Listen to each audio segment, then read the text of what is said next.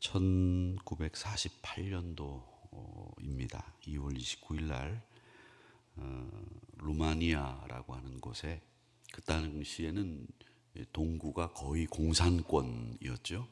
공산권이라는 말도 요즘에 쓰고 있질 않는데 온전하게 이야기하면 사회주의다 이렇게 얘기하는데, 정확하게 이야기하면 공산주의와 사회주의는 다릅니다. 다른데 이 공산주의라고 하는 말을 쓰면 원체 우리 한국 사람들이 이 공산주의라고 하는 말에 대한 거부감이 있기 때문에 공산주의라는 말을 요즘 안 쓰고 있는데, 당시는 공산당이라고 불렀죠. 공산주의가 맞습니다.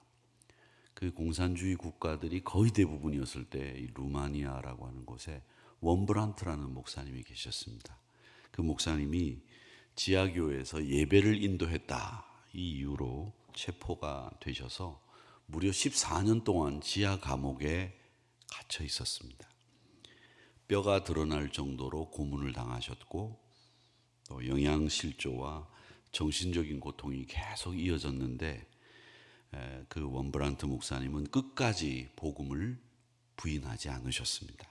어떤 고백을 하셨는고 하면, 그 간수가 자기를 데리러 오는 그 발걸음 소리를 들으면 고문을 받은 다른 죄수들은 몸서리를 치기 시작하고 소변을 보는 그런 극한 상황까지도 갔답니다. 원체 고문이 악랄하고 잔인했기 때문에 그 간수가 오는 발자국 소리만 들어도 그렇게 몸서리를 치는 고통이었는데, 나는 그때 그리스도를 위해서 받는 특권이라고 여겼고, 또 그 감옥에서 들리던 발소리는 고문이 시작된다고 하는 신호였지만, 그 속에서 나는 천국을 경험했다고 하는 보통 사람으로서는 체험할 수 없는 강하고 분명한 신앙의 모습을 이 원브란트 목사님은 우리에게 보여주셨습니다. 세상은 고난이라고 하는 것을 두려움으로 바라봅니다. 힘들죠. 특히 이 몸에 충격이 가게 되고 고난이 생기게 되면 사람이 손만 들어도 움찔하게 됩니다. 여러분 안 맞아 보셨지만, 이 남자분들은 이 군대에서 저 나이 때만 해도, 요즘은 이제 뭐 군대는 때리지 않는다고 하지만, 예전에는 군대에서는 남자들은 맞는 것이 맞다 이렇게 생각을 하고 맞았습니다. 근데 그 맞고 나면 저녁이 되면 또 때리러 이 상관이, 또 우리 그 상사죠, 그러니까 선임병들이 올까, 이런 두려움이 누울 때마다 옵니다. 맞는다고 하는 것은 그냥 맞는 것으로 끝나는 게 아니라 그 사람의 마음을 아주 황폐하게 만드는데, 이 두려움으로 이 세상을 바라보게 되고, 또 한 번 맞으면 그런 트라우마가 계속 마음속에서 자기를 무너뜨리게 되는 거예요.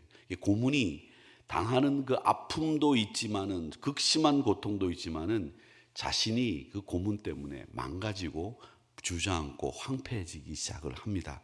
그러면 내 존재 자체가 왜 여기 있어야 되느냐, 이런 생각까지 하게 되는 거죠. 그런데 그런 고난 속에서도, 두려움 속에서도 이 원브란트 목사님은 복음을 위해서 견디는 이 고난은 하나님이 나에게 주시는 영광의 특권이다, 이렇게 생각하고 견디셨다라고 하는 거죠. 이 말씀을 드리는 이유는, 오늘 바울은 우리 그리스도인들에게 정말 강한 그리스도인, 크리스찬, 강한 그리스도인이 되라고 권면하고 있는 말씀이기 때문에 그렇습니다.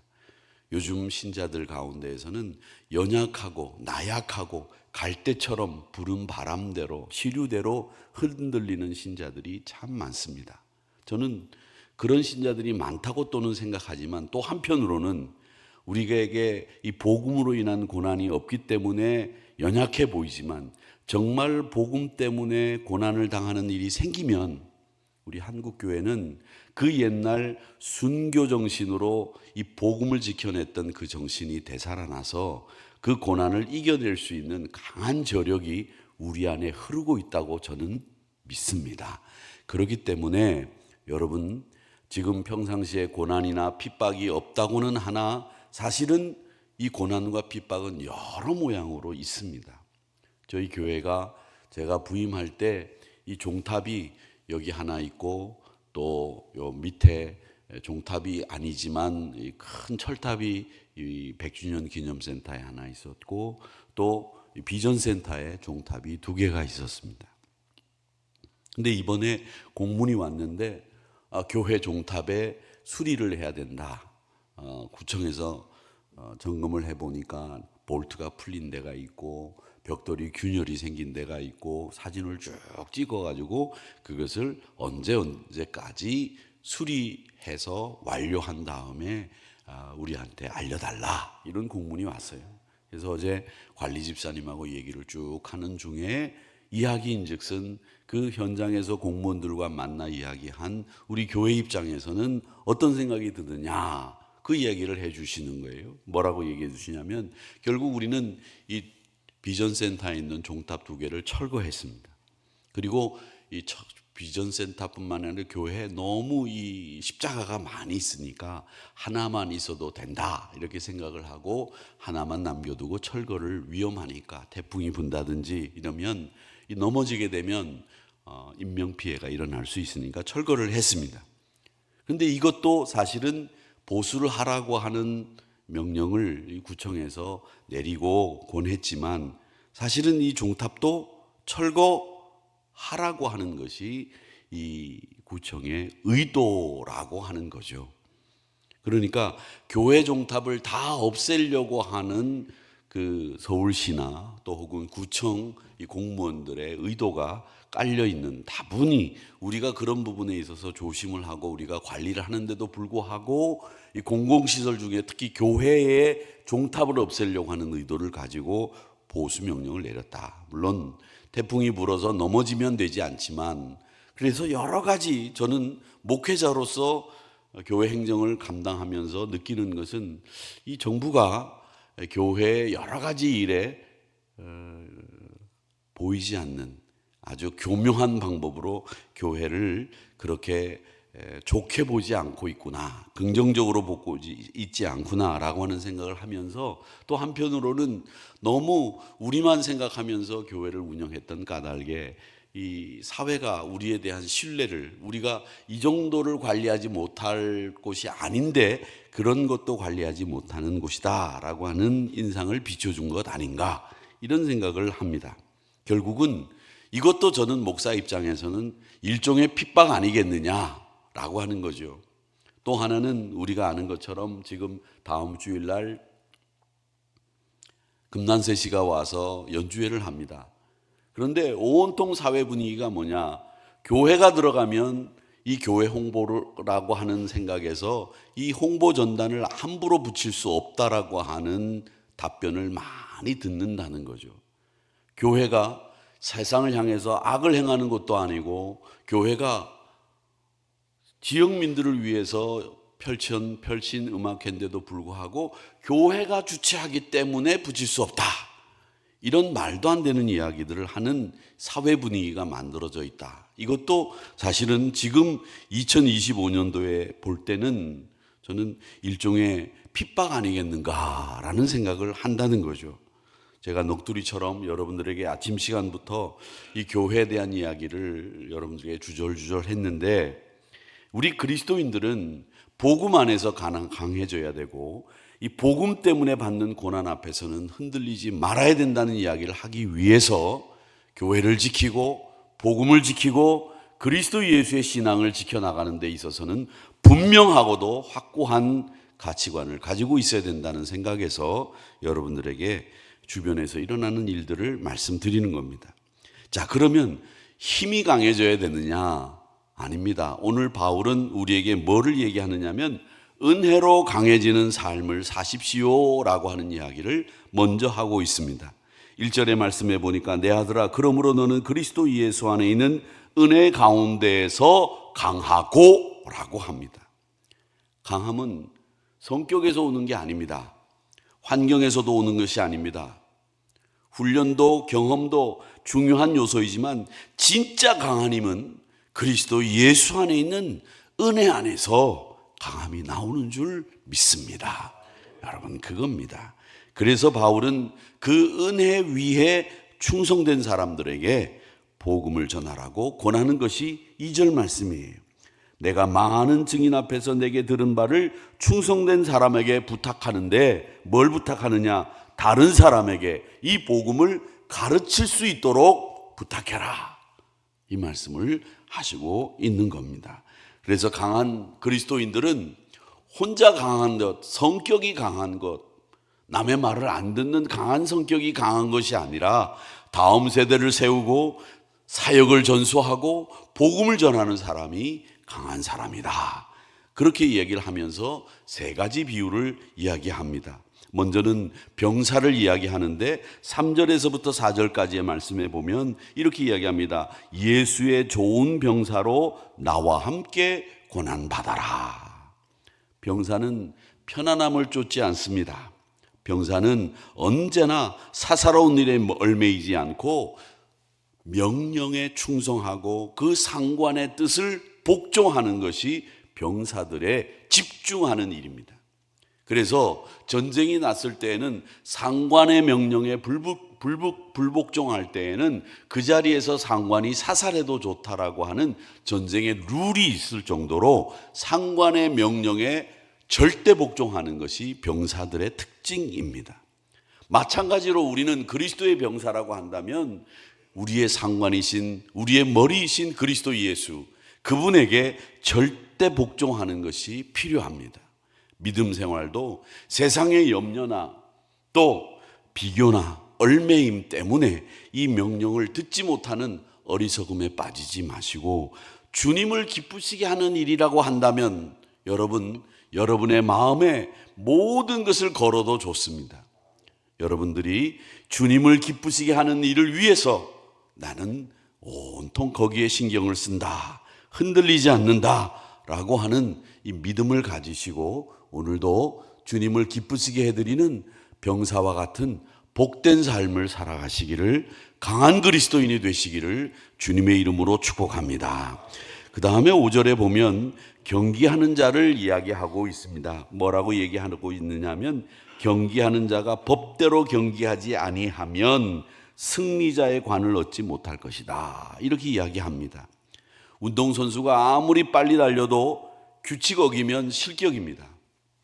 여러분 아시는지 모르겠습니다만은 영국과 아르헨티나가 축구를 하면 거의 전쟁 수준입니다.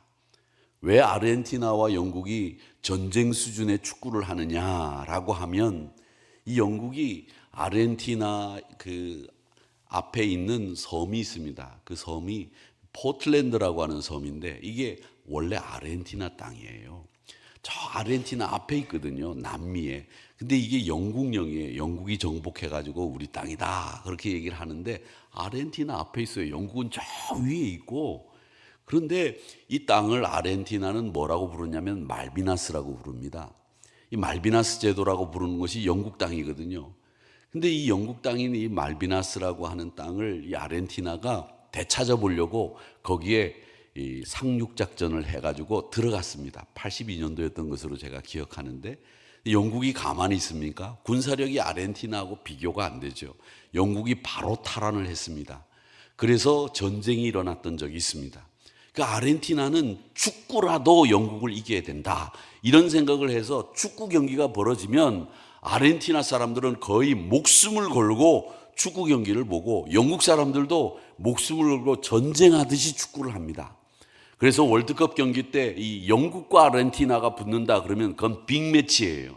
굉장히 정말 대단한 경기가 되는 겁니다. 그런데 여러분 아십니까? 옛날에 아르헨티나 축구 선수 중에 마라도나라는 사람이 있었는데 이 영국과의 경기에서 뛰었습니다. 이 아르헨티나는 마라도나가 있으니까 영국을 이번에 깬다. 마라도나도 얼마나 이기고 싶었겠습니까? 그런데 이 선수가 어떻게 골을 넣느냐? 손으로 볼을 넣습니다. 그 아주 유명한 장면을 여러분 기억하실 겁니다. 나중에 심판은 그걸 골로 인정했어요. 머리로 넣었다고. 그런데 비디오를 돌려보면 분명히 이 마라도나는 손으로 골을 넣었거든요. 나중에 그게 두고두고 문제가 됐지만 그 경기는 아르헨티나의 마라도나가 손으로 골을 넣은 것 때문에 이겼습니다. 그 아르헨티나 사람들은 이긴 것 자체가 중요하지 손으로 넣든 머리로 넣든 뭐로 넣든 상관이 없는 겁니다. 그 경기는 무조건 이겨야 되니까. 그런데 마라도나는 그것 때문에 그 선수의 실력이나 반칙 잘하는 선수로 완전히 그 이미지가 굳어졌죠. 여러분, 그렇습니다. 아무리 이겨도 법대로 하지 않으면 그 경기는 두고두고 말거리가 되는 경기가 되고 마는 거죠. 경기를 해서 이기려면 법대로 경기를 해서 이겨야 그 경기가 이기는 경기가 되는 겁니다. 오늘 여기 말씀해 보면 이 운동하는 선수는 법대로 이겨야 된다라고 했는데 그 법이 뭡니까? 말씀의 원칙입니다. 신앙의 규칙은 말씀입니다. 말씀 없이 열심만 내면 방향이 없어져요. 말씀을 붙잡으면 결국 승리의 멸류관을 붙잡게 된다라고 하는 이야기를 하고 있는 겁니다. 그렇기 때문에 강한 크리스천이 되기 위해서는 말씀을 붙잡는 법대로 경기하는 여러분들이 되실 줄 믿습니다. 마지막으로 오늘 보면 농부 이야기를 합니다. 6절 말씀에 보면 수고하는 농부가 곡식을 먼저 받는 것이 마땅하니라 이렇게 이야기하면서 농부의 이야기를 하고 있는데 이 농사 짓는 분들은 요란하지 않아요. 그저 묵묵합니다. 뿌리를 내릴 때까지 기다리고요. 또 잡초가 올라와도 가만히 내버려 뒀다가 이 녀석을 걷어들일 때가 있다 생각한 그때에 잡초를 싹 제거합니다. 그리고 알곡을 걷어들일 때 그 알곡을 걷어들일 때를 기다리고 있습니다. 이 농부들이 하는 일들을 보면 아무렇지도 않게 일을 하고 기다리는 일을 참 많이 합니다. 보이지 않는 땅 속에서의 싹이 트기를 기다리고요. 열매가 맺히기를 기다리고요. 또 그 열매 가운데에서 나쁜 이삭들이 나오는 것을 제거할 때를 기다려요. 그러니까 농부는 가장 중요한 것이 뭐냐면 기다릴 줄 아는 것이 농부의 특징입니다. 운동선수는 법대로 경기하는 것, 병사는 상관의 명령에 순종하는 것이 특징이듯이 농부의 특징은 인내하는 거예요. 참는 거예요. 그것이 바로 강한 크리스찬의 증거라고 하는 겁니다. 그래서 오늘 경기하는 사람, 군사, 농부를 비유로 들면서 우리에게 강한 크리스찬이 되기 위해서 여러분들에게 필요한 것은 뭐냐? 그것은 상관의 명령인 그리스도의 명령에 절대 순종하십시오 라고 하는 것이 하나, 둘째는 경기하는 사람처럼 법대로 말씀의 원칙대로 사는 그리스도인이 강한 그리스도인, 둘, 그리고 농부 비유를 하면서 인내로 기다릴 줄 아는 참을성 있는 신자, 강한 크리스찬, 셋. 이 세 가지를 바울은 디모데에게 이야기하면서 강한 그리스도인이 되거라 이야기를 하시고 8절에 결론을 내립니다. 예수 그리스도를 기억해라 라고 하는 겁니다. 그 예수 그리스도를 기억하라는 말은 부활을, 그의 죽음을, 그의 희생을 기억하라 라고 하는 겁니다. 사랑하는 우리 성도 여러분, 우리는 강한 그리스도인으로 부름을 받았습니다. 나약해지지 마십시오. 신앙은 강하고 담대하셔야 됩니다. 성격이 강하고 담대하라는 것이 아니라 항상 인내하고 기다리고 말씀의 원칙대로 살아가는 믿음으로 강하고 든든한 신앙의 원칙을 지키면서 그리스도를 기억하시면서 살아가시는, 그래서 그리스도의 은혜가 여러분의 심장을 뛰게 하는 놀라운 역사가 여러분 안에 일어나게 되기를 주님의 이름으로 축복하면서 오늘 하루도 승리하시고 이 한 주간도 승리하는 한 주간이 되시기를 주님의 이름으로 축복합니다.